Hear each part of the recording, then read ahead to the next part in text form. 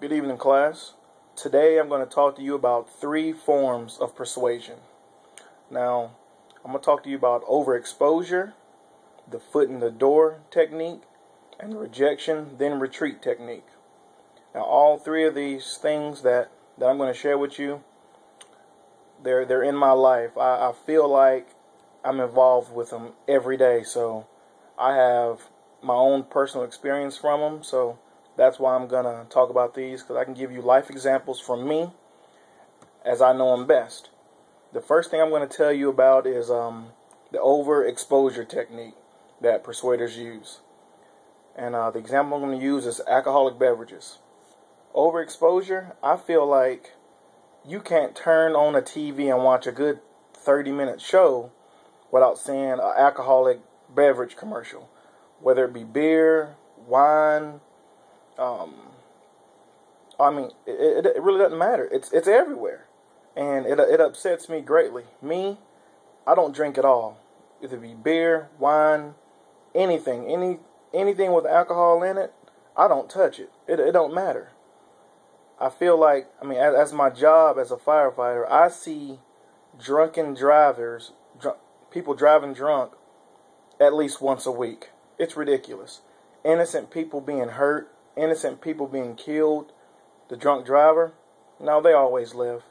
They never get hurt. They always pass out at the wheel. They never have their seatbelt on. But it doesn't matter. They're always nice and healthy when you get to the scene. But the person that was just minding their own business, doing what they wanted to do, just driving down the street, they pay the price because somebody is stupid enough to drive drunk. I feel like if it wasn't exposed so much, it wouldn't be this big of a problem. People are always going to drink, but I feel like alcohol is just so freaking overexposed, it's ridiculous. You can't even turn the TV on without seeing pretty Clydesdale Budweiser horses trotting down the street, and it's like, is that what drinking beer's like? No, that's not what drinking beer's like, because I'm pretty sure everyone's seen people drink beer, and it's not like you're sitting on the beach having alcoholic beverage, enjoying a good time. No, when people drink, 9 times out of 10, stuff turns bad when you're in a public setting. I've seen fights, I've seen all sorts of things just from drinking alcohol. I feel like there should be way more stricter laws put in place. I feel like, just like you can't advertise cigarettes and tobacco, it should be the same thing for alcohol. Alcohol destroys more lives than tobacco does, I would guess, but that's just one of the things. Now, number 2, the foot in the door technique. It's kind of like when someone convinces you to buy something or put your money towards something, then the next thing you know, you're putting more money towards it, then more money towards it. And it's like a cycle. They just keep getting you, they keep getting you. Now, from my personal experiences, I'm going to tell you a little bit about the PlayStation 3. That's something that I deal with on a regular basis. So, you take my PlayStation. I waited in line about 15 hours at Walmart to buy a PlayStation 3. It cost me $650. I waited along with about 50 other people, and Walmart only had 10 PlayStations.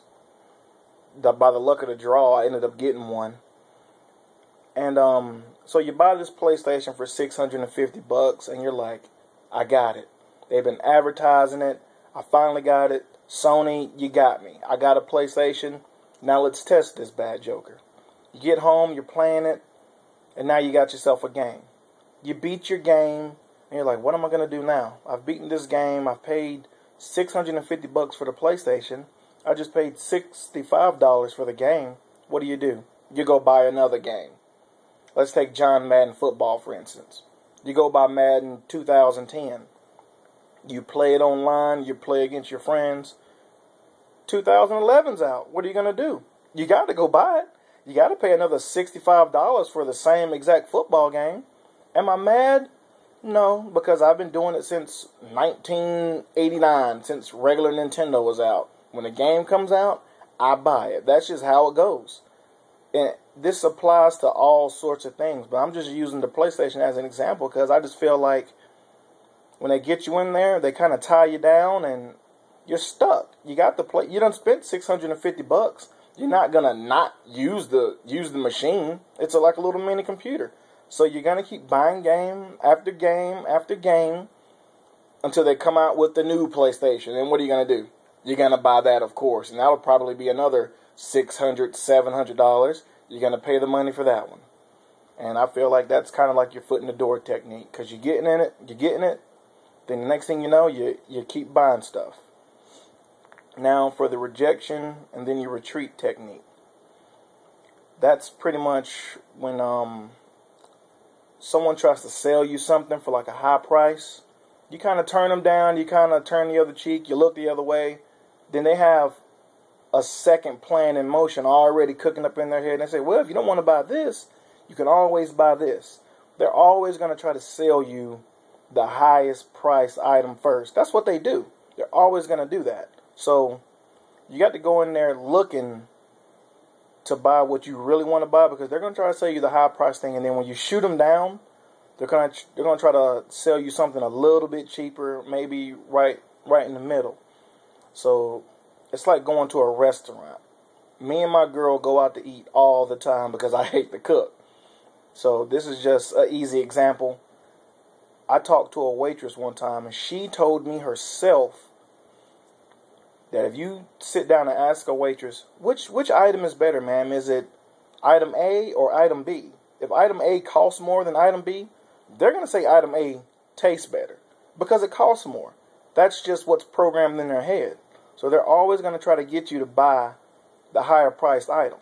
So anytime I go out to a restaurant, it's like, do I have $50 in my pocket? Is this all I want to spend? I let my girl get whatever she's going to get first, because I feel like if she's going to get something high priced, I got to live in my means, and I got to get something a little bit lower priced to offset what she just got. So I just feel like that's kind of the rejection and the retreat method. So that's about it. So you guys have a wonderful day.